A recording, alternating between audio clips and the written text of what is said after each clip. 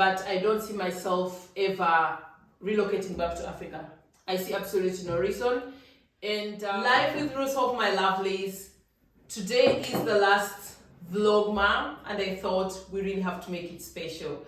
My children have something in store for you. I'll not reveal it, maybe they can say it themselves. If you're new here, welcome to the family. Please subscribe, join us, support us, and let us know in the comment section how much you like this vlog. What do you think of this vlog, ma? And for all the recurring members, I really appreciate you. Thank you so much. So my boys are going to take over and they will let you know what they have in store for us. You begin. Okay, now we'll start.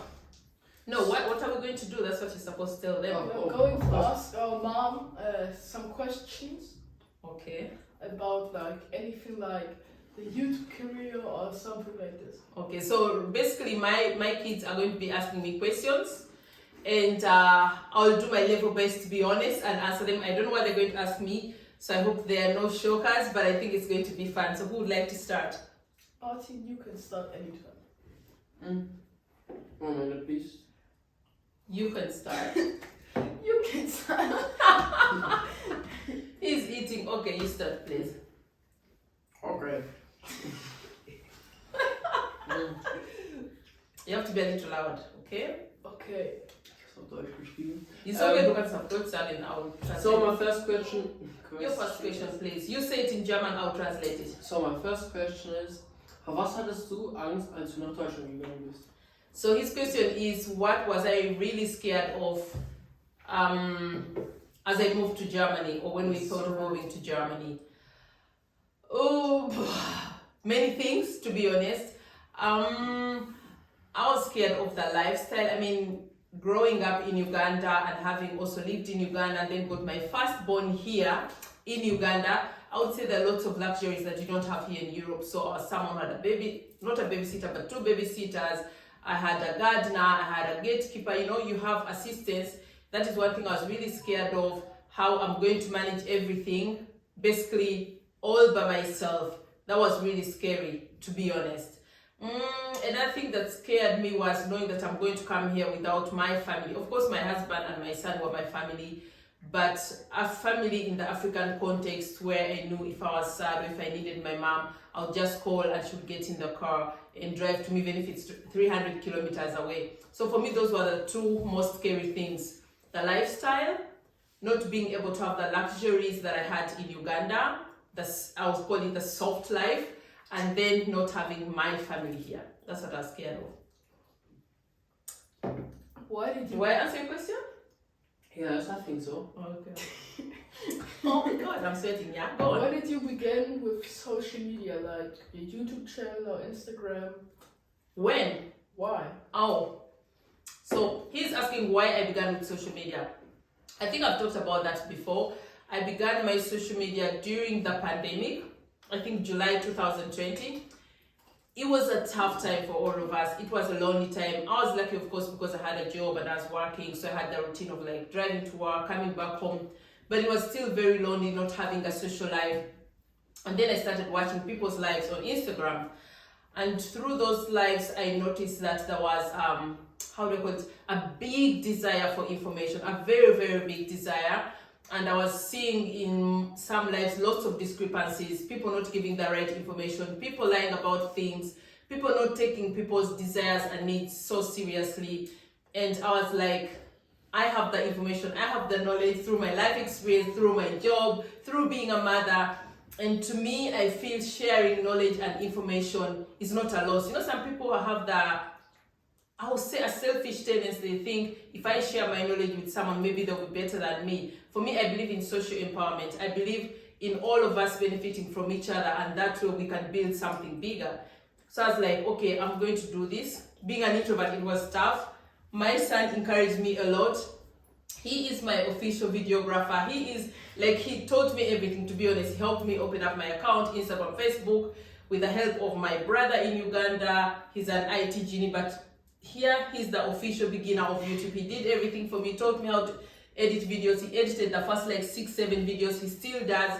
So it was not easy, but it was my desire and the gap that was there for me to say, this is my chance to do what I've always loved to do. serving humanity. And voila, here we are. Our account is 1 year old and we're still going strong. And yeah, speaking of account, this is your chance to let us know in the comment section what is your favorite video on our channel or your favorite videos, and let us know what videos you'd like to see in 2023. Next to you. So my next question was, was vermisst du am What do you miss the most? Nein. Was vermisst du am meisten von Afrika oder Uganda? What do you miss the most from Africa? Oh. Okay. Oh, Du musst deutlich reden, damit auch die Deutschen die gucken das verstehen. Okay, ja. Team. So his question was, what do I miss most about Africa or Uganda? I would say first of all my mom. I miss my mom. And it's kind of ridiculous. Not actually ridiculous, because for me Germany is home, to be honest.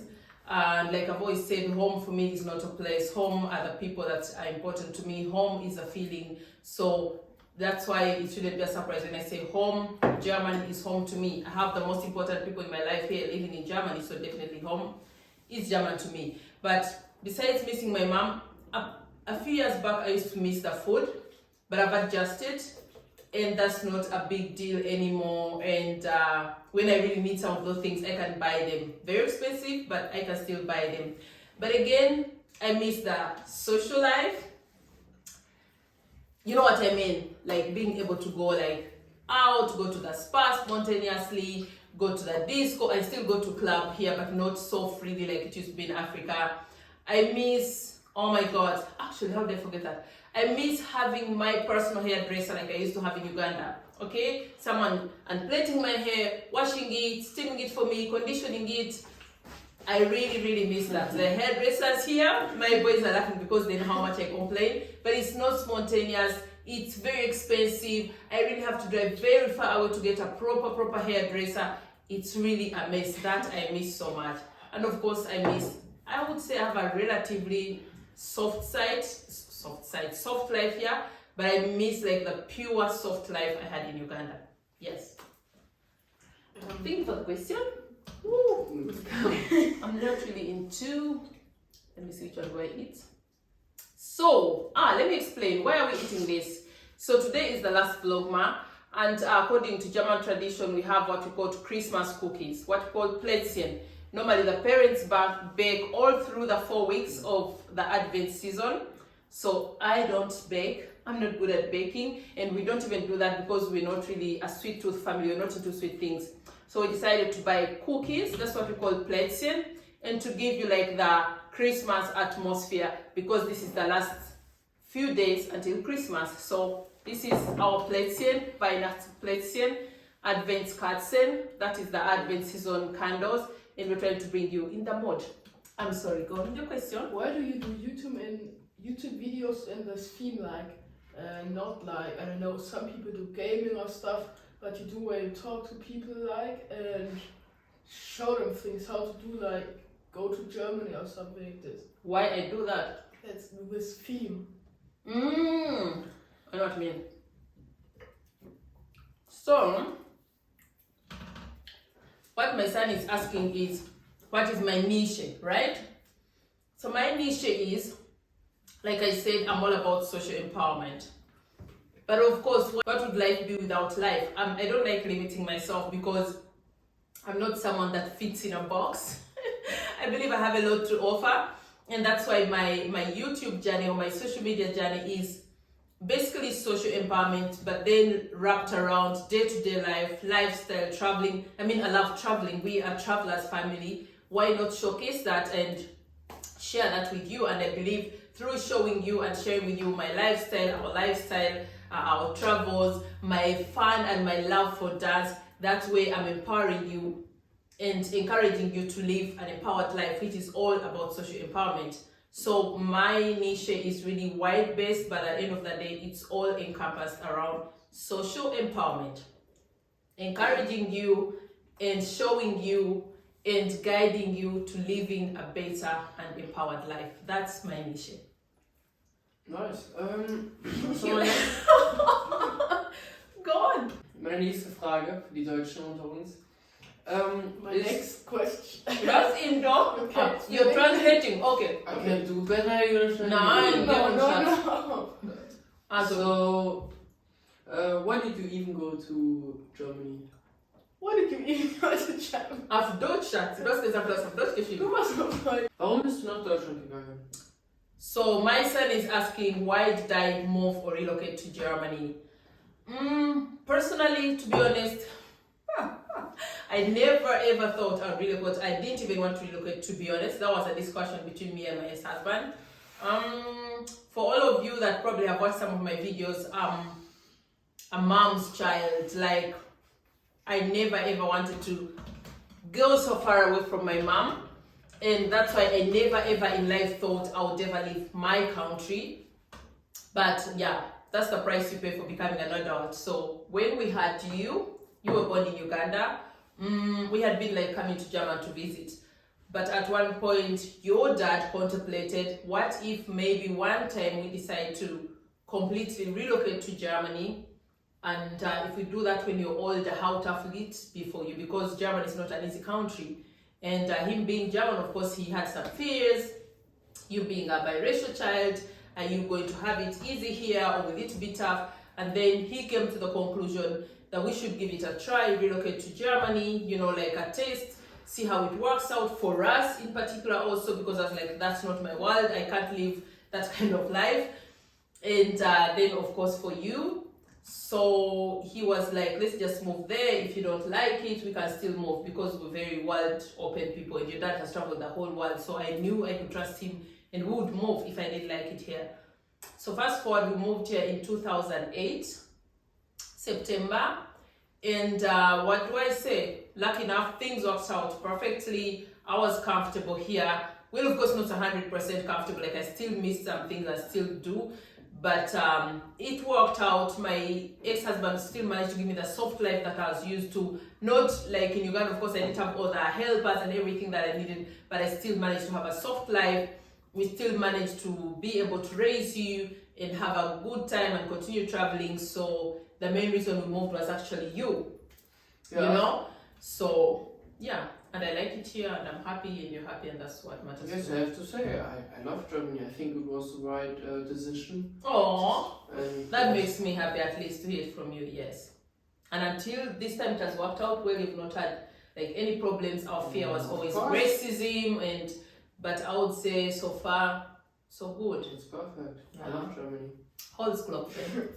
So, next is you show us your handsome face. Ooh la la. Okay, go At on. what moment was it clear for you that you want to go to Germany, but you already explained? Explained. At what moment was it clear for me? No, I can still answer that question. But you answered it. No, I can still explain. When was it clear to me? For me, it was never planned. That's one thing. Two, when was it clear for me, to be honest? At no point. Even before we came, like, we've packed our things, gave out our property to friends. I was still not happy about the decision. I'm going to be honest, you know. I was scared, you know. I was scared. I'm going to a foreign land.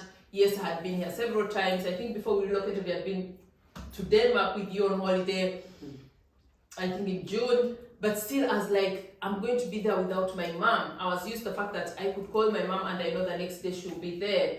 Or I was thinking about, like I said, I grew up in a family, or I'm the kind of person that has been lucky enough to have a soft life. So I knew in Germany or Europe, you do everything yourself. You clean your windows, you cut the grass, you plant the trees, you know, that's like crazy. So I was scared of all of that. So those are things that we agreed upon with my ex-husband. I told him I can't do that, I won't do that, you know. So it's like, everything will be fine. My kids are even laughing. Then I was scared because I was like, okay, I have a driving license, but will I be able to drive there? I had to learn the language. I couldn't speak the language. I only knew to say a few words, maybe I love you, how are you, and that's it, you know. So it was scary to be able to start, and considering the fact that I wanted to go with my career, I didn't know if it would be possible to do that here. You see how long it took. So for me, it was never clear. Maybe to answer your question briefly, it only became clear after like 1 year of staying here, after realizing that actually there were possibilities, that it was possible for me to integrate after I'd done my driving license. After this one had gone to kindergarten, I slowly but sure, and most of all, I must say, my sisters-in-law were very helpful, your aunties, they supported me so much that I noticed, okay, it's possible to start over here. That's when. But from the time we left Uganda, it was not clear to me, and I was not happy about it, and I didn't want to come, but I had no choice because being a mom, I had to choose what's best for you. And I'm glad you're happy here. You also do. Drei Sachen, die du mehr in Deutschland als in Afrika magst und 3 Sachen, die du in Afrika besser findest als in Deutschland. Ooh.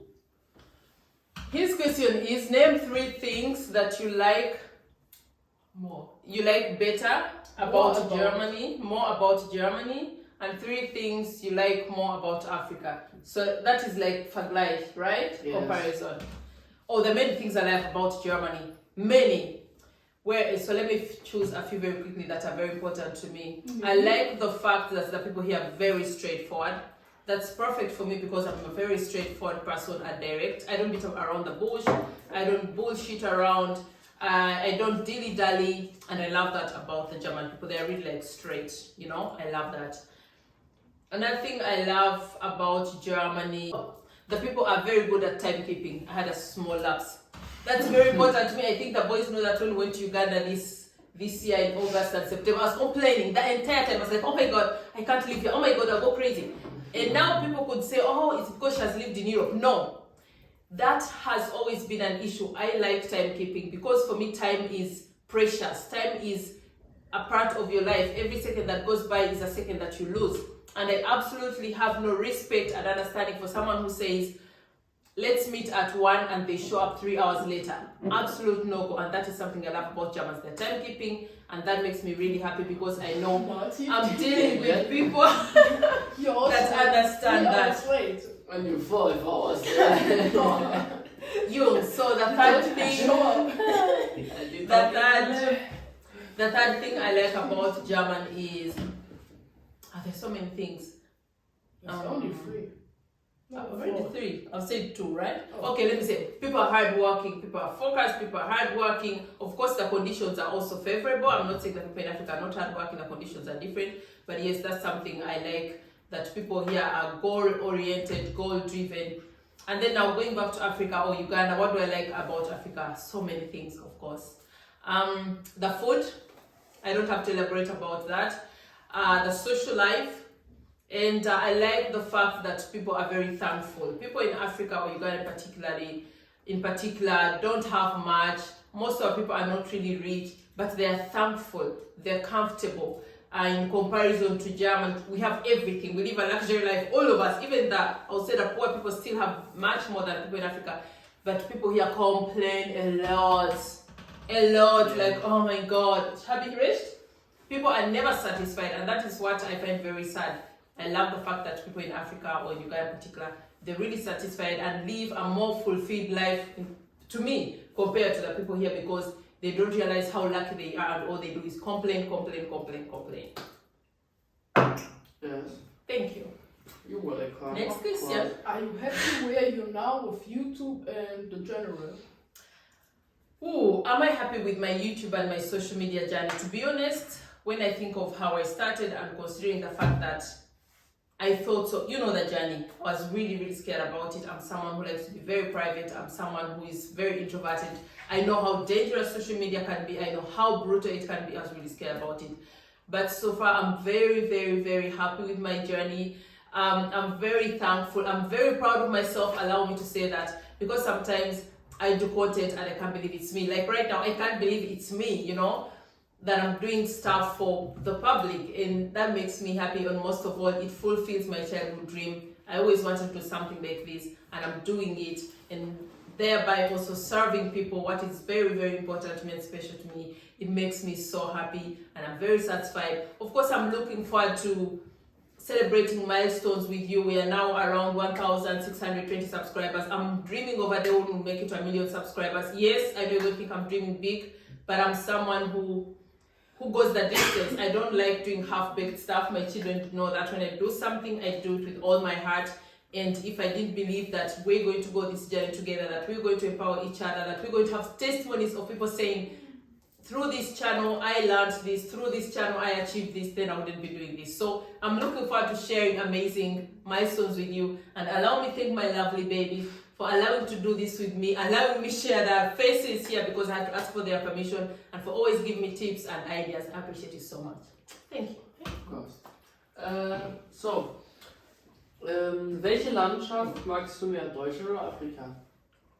Which landscape do you like more? Germany or Africa? Okay, which landscape? Interesting. Landscape here or Africa? I would say Uganda or Rwanda, right? Yes. I think both landscapes are nice. I love about German what someone wouldn't expect who's not well traveled. I love that you have nature, like really. I love the forests. You know, we've done lots of walks in the forests, or even when I was new here, we used to go walking every Sunday, like 5-6 kilometers in the forest. The nature here is really nice. Uganda also has a beautiful landscape, but of course, due to circumstances, some things are not perfect like here. But I love both landscapes, and being someone that travels, I could go on and on.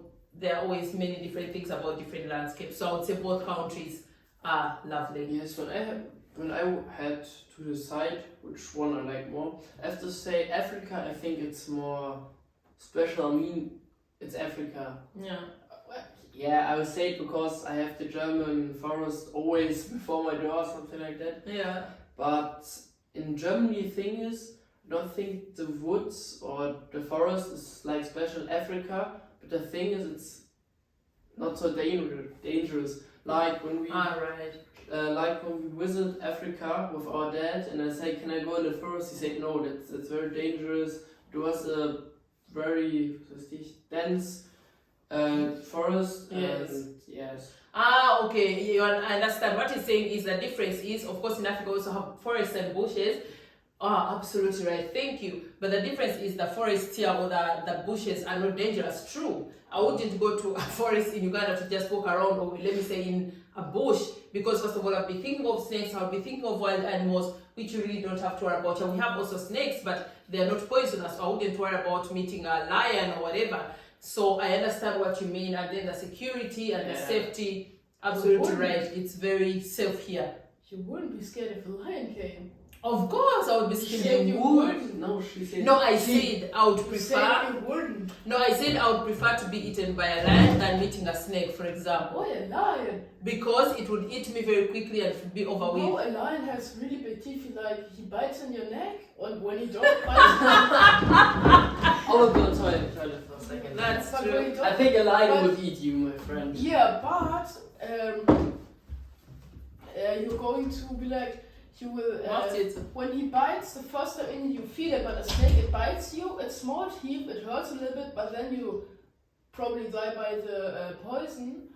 But a lion, you will feel more. Yeah, I know what you mean. For me, it's more of a phobia. You know it. I have a phobia towards anything that crawls and slithers. So of course, I'm scared of lions. I'm scared, but I'm like, if a lion comes, before it even bites me, I will have died because of fear and shock. You know. So it goes real quick compared to a snake slithering around and. And no. I would rather meet a lion, and then I'm like scared and dead, and it goes quick by. Okay, but you also explained this question, but you can say, would you prefer Germany or Africa? Where would I prefer to stay? Yeah, also right now after you came to Germany. Okay. I think, oh my God, people don't come for me. Fact is, someone has asked me if I think doing an Instagram live, would you consider moving back to Uganda? I can say never, that's my country land, but I don't see myself ever relocating back to Africa. I see absolutely no reason. And like I said, for me, home is not a place. Home is a feeling, and home are my people. You are here, you're comfortable in German, this is your country, and for me, I'm happy where you are. And like I said, I'm fully integrated, I'm fully happy here. And I like to refer to myself as a global citizen. I'm someone who's traveled a lot, you too. And from my experience, I'm someone who prefers to get to know different cultures, to move on with the world and not get stuck in one place. But I think there's so many things, like I said, life is evolving. Life is not stagnant.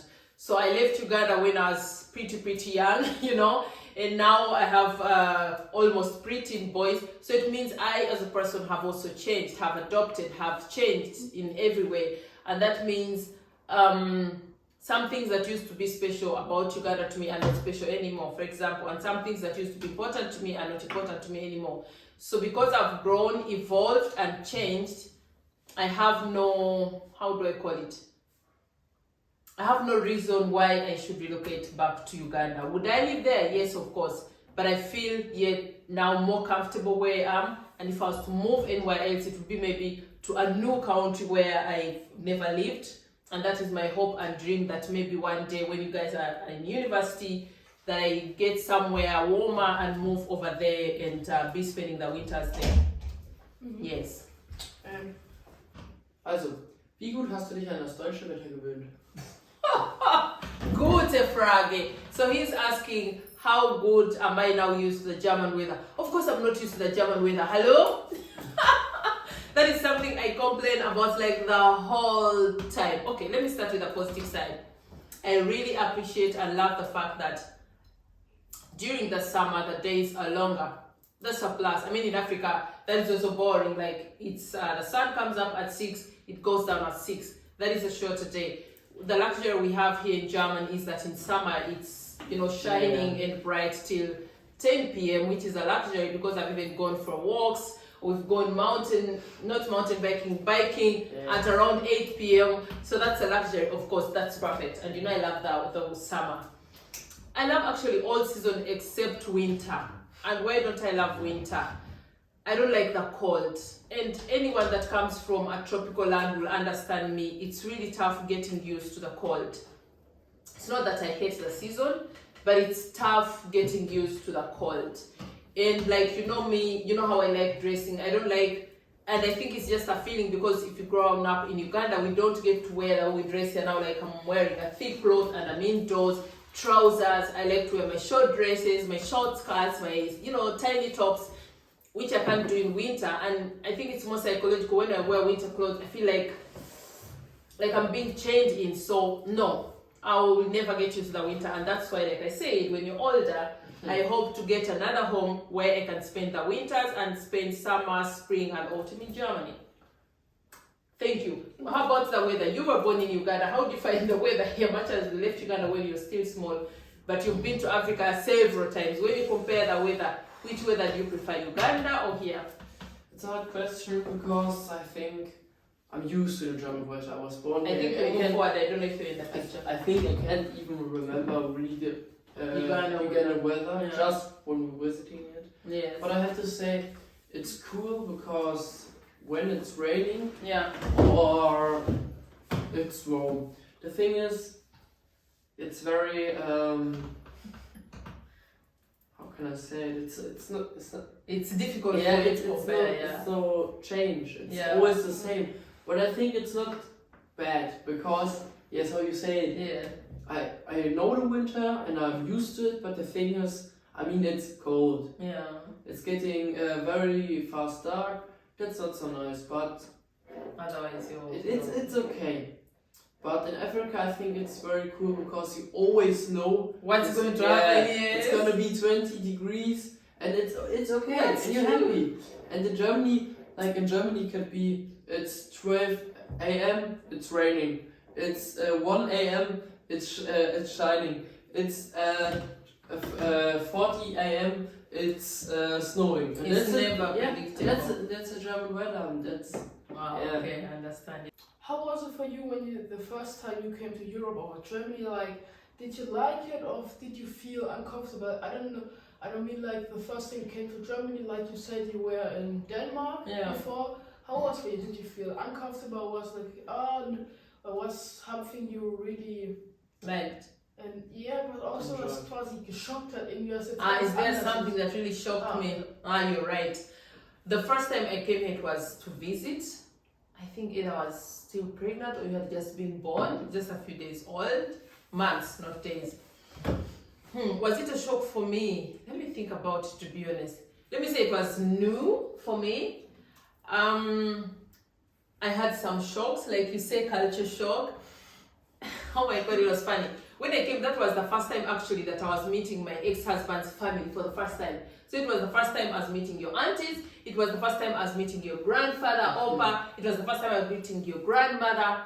And to be honest, they didn't mean anything bad, but I remember like how they all looked at me. Not badly, but you know, I'm an African girl, yeah? So this is your son. He's been away for years, and then he comes. They knew, of course, they had seen pictures and calls and everything, and they're seeing me like in person for the first time. And I remember when I was very young, but I was a very tiny person until last year. Isn't it? Until last year is when I put on weight because of personal reasons that I won't name here. But I was always like tiny like this, you know, just like my children. So most of the people I remember, even when I was pregnant with you, some Italian guy was like, oh my God, if this was my daughter, I would shoot you, because he thought I was underage, you know? Like I was really tiny. And I was in my early 20s, of course, the beginning of my 20s. So I don't know what went through their mind, but even me, I was thinking, what are they thinking? You know, because I looked like a child with a child, you know? Secondly, I think the reason they were looking like, you know, astounded was because of my skin color, of course, and whatever was going on in their mind. But they were very positive. They welcomed me. They hugged me. I remember I felt a connection immediately with my father-in-law, which I got to discover with him that he was a very kind person and he loved me so much.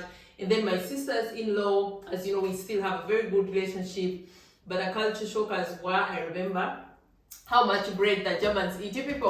German people eat bread, yeah? Here I was, an African girl, used to like fresh food. Not that they were not eating fresh food, but they would eat bread for breakfast. Like my mother-in-law is a very good cook, was a very good cook, rest her soul in peace.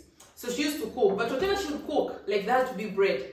And funny enough, because I was a guest, like they were not saying just bread, she would go to the bakery and buy what they call Brotchen, buns. But what I love German now, I didn't know then, but now what I love German, even when we travel, I always tell the boys, oh my God, if only these hotels had the same bread like we have in Germany. We have like all varieties of bread. So she would buy buns and everything, and of course I would eat, you know, out of politeness. And guess what happened? I couldn't go to the you know what I mean, for 2 weeks. And my husband, when I was like, what, you haven't been to, oh my God, you should have told me you've been eating too much bread. You understand what I'm saying? I couldn't go like I couldn't ease myself. I couldn't go to the toilet. Oh, so like for CDT. Yeah, like for 2 weeks. Yeah, to the washrooms like for 2 weeks because I had like severe constipation. So that is one thing I was like, okay, so you have to be careful. Don't eat bread all the time. But short of that, my mother-in-law was nice. She used to bake like every day. She used, oh my God, she would make soap. She did everything. But the first culture shock for me was like, people eat bread in the morning, and then the evening, basically, they never cook. Like my mother-in-law used to cook lunch, warm. We used to have like a 3-course meal, soup, and then main course, and then dessert. You remember how your grandmother was with pudding and everything. But dinner, it would be bread, like different varieties of bread, and then different things to put, like sausages, marmalade, lots of things, and then dessert would be pudding. And so for me, it's like, we're going to have cold food, and that's it, you know. So for me, that was the first culture shock, and how fast-paced the life is here. Yeah. So of course there were some culture shocks for me.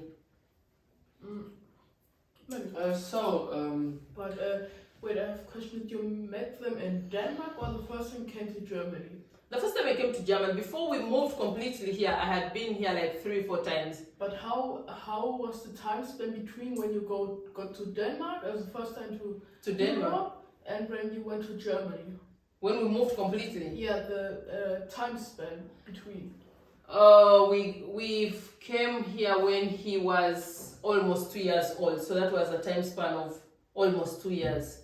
Yes, we went to Denmark when you were. He traveled quite a lot when he was a baby. We came to Germany, and then when he was, that was like when he was 2 months, and then when he was 4 months, we went to France. When he was 6 months, I think roughly, that's when we went to Denmark, yes. And then you ended up getting an allergy because we went touring some area, and then you touched some things and got allergies on his legs. Yeah, but I think we went to Denmark when you were 6 months, and you went to France when you were 3 months. No, you reacted to something, you touched something and reacted to it, not that you have an allergy, yes. The next question is, yes. War es schwer für dich, Deutsch zu lernen? Ich meine, ist ja eine schwere Sprache. His question is, was it difficult for me to learn the German language? I mean, it's a difficult language, that's what he has said. Fact is, yes, the German language up to now, there are some things or sentences, I always laugh with my colleagues, I'm like, oh my God, the German language, especially the names, yeah? I still laugh about it. So let me tell you a story about my language. I came here, like I said, I could stop the noise, please. I could say maybe I love you, of course, because I was married to a German, and Guten Tag. That's all. So the first word they made, like I remember my sister, and I think it was your auntie, the younger one, Chris. I won't say the name. She's the one who was like, so can you speak? She was like, no. So which German words can you speak? I told her that was. Then she was like, okay, then we're going to start with the most difficult one. And she told me, do you know how to say sorry in German? I was like, no. So I imagine it would be a short word, like in English. And then she goes, Entschuldigung. And in my head, I immediately thought that F. Oh my goodness, what have I done to myself? Because when you hear that word for the first time, it's so long. Yes. And she's like, Entschuldigung. And I'm like, Jesus Christ, why so many letters for a simple word as sorry? So it took me, I swear, I think like a week to be able to speak out that word properly. And then my husband was like, the easiest way to learn language is start with the bad words, you know, like cursing and everything. So I learned those, but I knew it was just a joke. But all in all, for me it was very easy. Because like I've always said, I'm lucky I'm very good with languages, which you've gotten from me, both of you. And when I was, so let me tell you the story. When we came, I hadn't really planned like to become pregnant immediately, but we knew we wanted to have a second baby. So of course we were not doing any protection or anything. So I got pregnant with you. When I got pregnant with you, that's when I had just started my language course. But as usual, every time I'm pregnant, I become sick. Like I told you the stories, I'll vomit the whole time. I think I had what they call gravidas, whatever. I don't know what they call it exactly. So I basically went to the German language course for around 2 months. But I was already very good, and I remember there was already a date set for doing exams, and I told my teacher I definitely want to do the exam very fast and go to the course. So that's how I started. When they registered the exam, she called me, told me this is the date for the exam. It was also a very interesting thing. I had many people in my course who had been doing this course for like 10 years and they had never passed any exam, which was of course costing the government a lot of money. So the government came up with an idea. They said whoever registers for this exam and passes it gets 350 euro as a gift. Can you imagine? So I told my husband about it and laughed about it. I was like, I'm going to do it. And he was like, ridiculous. Of course you can't pass the exam. You've been in that class for only 2 months. Who do you think? He was like, I'm going to pass that exam. I want to register. They registered me. I never attended any class again. When the exam was there, my husband drove me to the course with my bucket for throwing up, because I was throwing up like after every 5 minutes, with my flask of tea, and that's it. So they put me in a separate room. I did my exams. They would give me breaks because I was really throwing up, and voila, I passed the exam. I was the best in the class. I had all the 100 points.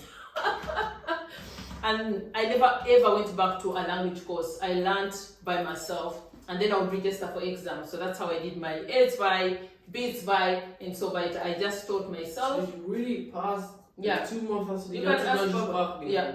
Die ganze deutsche Sprache. Ja. 2 Monate nur. And then I learned and got the money, 350 euro. And I remember I told you my first winter jacket in Germany. So I remember that time we went for a Christmas market in Munster with your aunties, like we used to call it Stammtisch. Stammtisch means like a girls group. It can be for girls, it can be for men. So as part of a Stammtisch, that means a group of women who would go on holiday together once a year. So this time, because I was knowing German, they were like, let's take you to a Christmas market so you see what a Christmas market is like in Germany. So I remember, of course, I had my shopping money, my shopping card, and then that was the first money that I gave out, which I would say was my own money, because I was not working. Yeah, I had money, of course, but it was your dad's money. But that was the very first money I gave out for myself because I had won it through passing my exam, 350 euro. That was the first money I ever earned in Germany. So for me, to be honest, it was never tough. Of course, there are some things that still annoy me, like because my work requires a lot of documentation, I write lots of reports. Sometimes it's very frustrating because the kind of job I do is wie nennt man Amtssprache. I have to write, I don't write the, how do you say it, like the ordinary human German Deutsch. I have to write like, what you call it, not business. It's Proper? not, No. to Google as well. Business? Yeah, like business language, ministry language, you know. So I can't write like the normal German. So of course, some words I really have to think. For me, how do I formulate that sentence so that it's on a level? For example, if I write a letter to court, because you know it can't be the kind of letter that I write to your school, for example. So if I write like Biracial, if I write like reports to the court or children's court, it has to be in a particular, you know, phrase and language, and that is a bit difficult for me because every time I'm writing such statements, it takes longer. And then I'm thinking, if I was to write that in English, I'll be finished in 2 minutes, yeah? So a report that maybe I write for 30 minutes, I would finish that in English in 10 minutes. So it's a bit annoying because I really have to also think so much which word is proper and so on and so forth. But the language, I'm so thankful that I'm good with the language. But like I say, you know, I always have to be strict. It's all about how much effort you put in. I don't understand how someone can be in German for 20 years, go to Sprachkurs for 20 years and not learn the language. I think that's carelessness. Yeah, it's like when you have like 2 years Französisch and can. Nein, aber ich meine, Schatz, ich meine, in my course I had people who had been going to a course for 10 years. That is unserious. I mean, so it's easier to learn German with English than to learn German with Chinese. I know, but these were not Chinese. I don't want to say the nations, but for me, my conclusion was the reason they were not learning, because I always tell you also, if you want to learn something, you have to put effort. You can't go 10 years to a course and not pass A1. A1 is a very simple exam. But what I noticed, these people would come to Sprachkurs and still go on to speak their own language. Then there's no way you learn, you understand? For me, every time I go to the course, I didn't know the language. I'd make sure I say everything in my broken German. I would never, if I was chatting with them, they even had to ask me, oh, which country are you from? Because I was always speaking German, you know, like broken German. But it was important for me to say, I'm here in a German class, I'm here to learn German, I speak German, and not speak your local language the whole time. You'll never learn. So. But how was your broken German? Because there's also broke English in Germany. People said like, when you don't know the English word, you just say the German word with a broken English accent. Like, yeah, but if you mix it, they understand you. Wow, wie geht's dir? So you just say with an English accent. Next question. I have to say, for the last question, I would say it's more like a fun question. When I even think about it, it's a hard question. Wen würdest du bei einem Fußballspiel eher unterstützen? Deutschland oder Uganda? Even put smileys, fresh skin, huh? His question is, if there was a football final, like let's say what we had yesterday with Argentina and France, Props which country would I support, Uganda or Germany? That's really a really tricky question because you've put me in a very tough position. I hope we never have to have a decision like that. Because to be honest, for me, both countries are home to me. I feel at home in Germany. I would definitely like support Germany, but I would also want Uganda to win. So I hope I'm never put in that position. At the end of the day, if they were playing together and Germany won, I would still be over the moon. If Uganda won, I would be still over the moon. So for me, I would say such a match would be a win-win situation. One thing I have to make clear compared to yesterday's match, I would never support a team just because they have the same skin color like me. Yeah. For me, there has to be more than that. Yes. There has to be a reason do I like the players, do I like their skill, but not just because they have my skin color. Same people were saying, for example, I should have supported France because there were many dark-skinned people. For me, that's not a reason. I would have supported them, but I don't. There's something I really don't support about the France politics. We don't put politics in sport. But I didn't feel comfortable with it. I supported Argentina because I love Messi. It was his last final match. Many other people in that team. So I was like, people like Mbappe and most of the French team, they're very young. They'll still have many more years to play. World Cup in 2026. We plan to fly to Canada. Hopefully, we make it. That's our dream. That we get to watch the World Cup in Canada, United States in 2026. But for me, at the end of the day, I wouldn't support a team just because it's my skin color, whatever. There has to be really a bigger reason than that. Yes, and I have to say something to the match from yesterday. Props to Mbappe. Yeah. That was 4 goals. He scored 4 goals With a in hat-trick. the VM final. I mean, I love Messi. It was for Argentina. It was a match. I have just to say, it was ups and downs. Yeah, I almost got at the time. Like, I was watching by some friends, and it was like we had, I think, 2 people who were French friends, and the rest all were Argentina. And always when France scored, there was only one who were like screaming, and we all throw things like to them. Okay. The next question, you have to have your friends are waiting for you. Also, it's Mbappe. My mom also calls it Mbappe. Yeah, I was thinking Mbappe. Mbappe, it's a complicated name, but my son was like, Mom, it's Mbappe. I'm like, whatever. I don't know. So your last question. Who was asking about cars? Was it you who asked or who asked? I think it was I answered at the end. Okay, you asked it. The new or the old terms? So if you ask me, the old times I don't miss them. In regards to technology, I was born at a time where things were already modern. By the time I joined high school, we already had, of course, computers and phones. I had my Nokia, I think 5610, so we had technology, but it was not so modern like now. So for me, I prefer the modern day technology. Well, I have to say, like, from the things that was invented, I think the new times are better. But I have just to say that I'm one of this generation, but I think the generation before me and my generation, I think they were more like hardworking, stricter, and that's like enjoy nature more. I think I like what we all have. We can do a video about the handy, and it's warm inside in the winter, and we can drink cola and cakes and everybody. English. Yes. But I have to say, the generation before us, I think they were just harder. They didn't complain about things like. Okay, so I would say what you're trying to say, that the new generation is a bit unthankful, is simply, we whine a lot, we complain a lot, that's true. So your last question, ask about cars, because I think you have to go. What is your top 3 of cars? One I could start. You start. Speak in the microphone. So I would say a Lamborghini, of course. I mean, everybody wants one time to drive a Lamborghini. No, number 3. Number 2, I think. I think a Porsche or an Audi would be nice. I like. I mean, I don't know really well. Or a Nissan GTR. It's very good car. It's okay. It's not just into cars, going to buy scores, yeah. Number first, I would say it would be like a van, like a Mercedes van, because I love. Practical.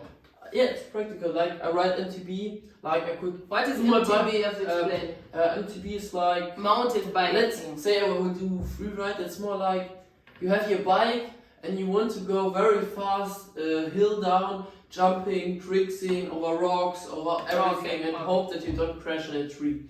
And